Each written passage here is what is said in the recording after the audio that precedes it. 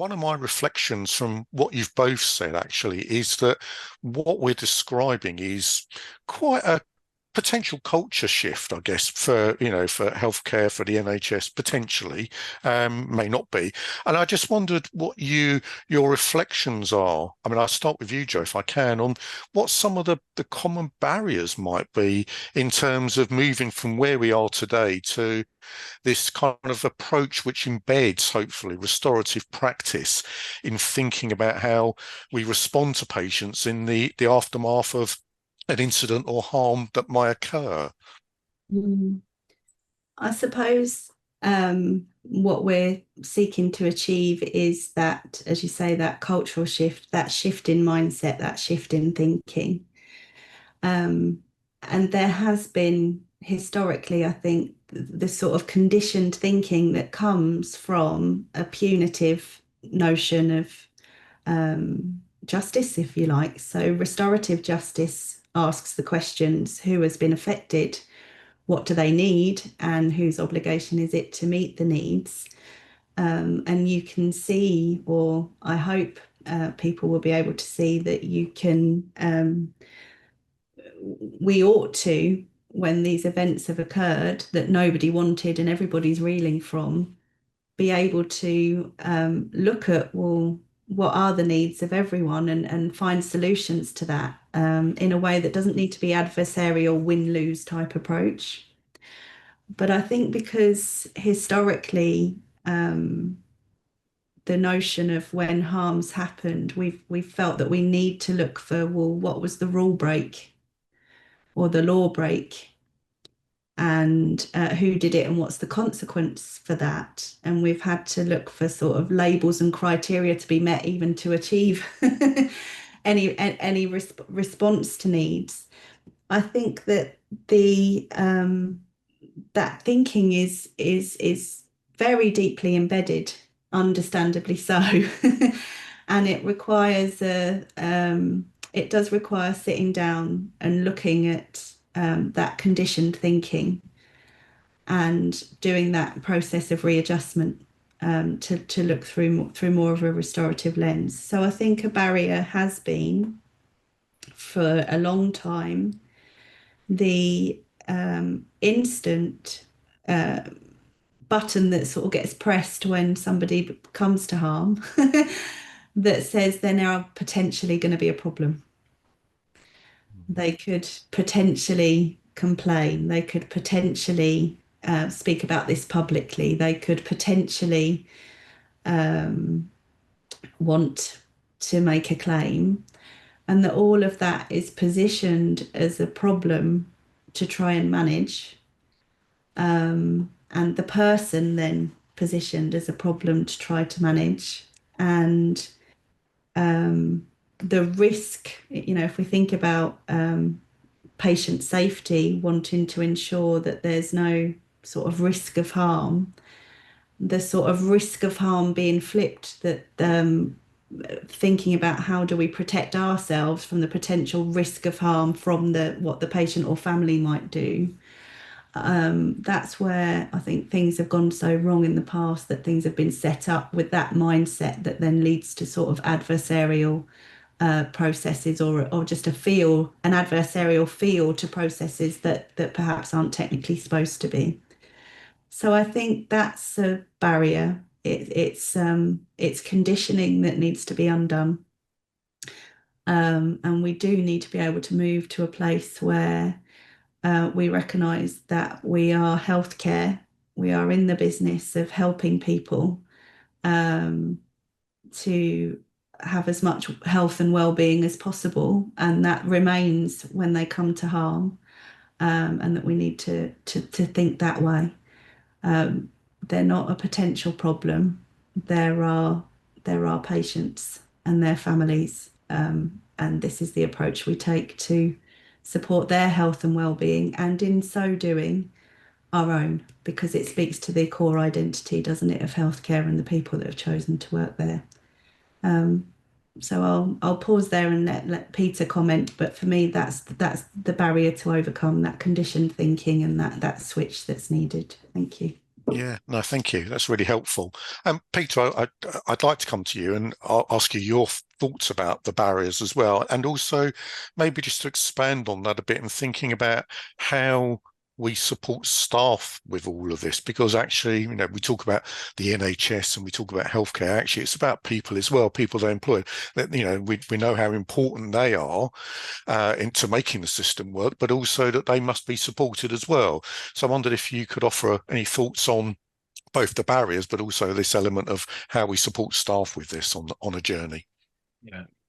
We've heard a lot about culture in healthcare, and the NHS itself aspires to have a just and restorative culture. Now, Jo, with her expertise in restorative practices, has helped us build that kind of approach into the thinking behind the harm patient pathway. But in other discussions that Jo and James Tickham and I and colleagues at AVMA have had, we've pointed out that current discussion about just culture, whilst we welcome it, applies almost exclusively to the way that healthcare management deal with their staff. Now, that is crucially important. And in fact, one of the core commitments that we have in the harm patient pathway speaks about that. But what we're doing is actually changing the agenda here and asking the question, how can you have a just and restorative culture in healthcare if you're not taking on board the needs of people affected by healthcare harm in the context of patient safety in particular? It just doesn't make sense. So we're putting the patient in patient safety thinking here. Of course, changing culture is a big task. So it is a barrier, but it can be overcome. Boards, management, as well as individual staff need to understand the concepts that we're talking about here to generally own them if the harm patient pathway is going to be implemented properly. It can't be made into a tick box exercise, for example. So, Peter, you talked there in great detail about kind of this sense of a just and restorative culture. But we don't talk about accountability here. And I wonder your thoughts about, is this either or? Is this, if I have this sort of just and restorative approach, I can't exercise my rights generally, complain or do whatever I want to do? How does this all work together? That's a very good question, Paul. Thank you. It is actually a possible misconception people might have that having this just and restorative approach in any way precludes seeking accountability. Accountability is fundamental to our thinking about the overall response to harm patients and families. One of the potential benefits of the harm patient pathway approach is that it might prevent people needing to turn to adversarial processes like complaints, referrals to regulators, or litigation. But we do know that sometimes, sadly, people do need recourse, quite rightly, to those processes.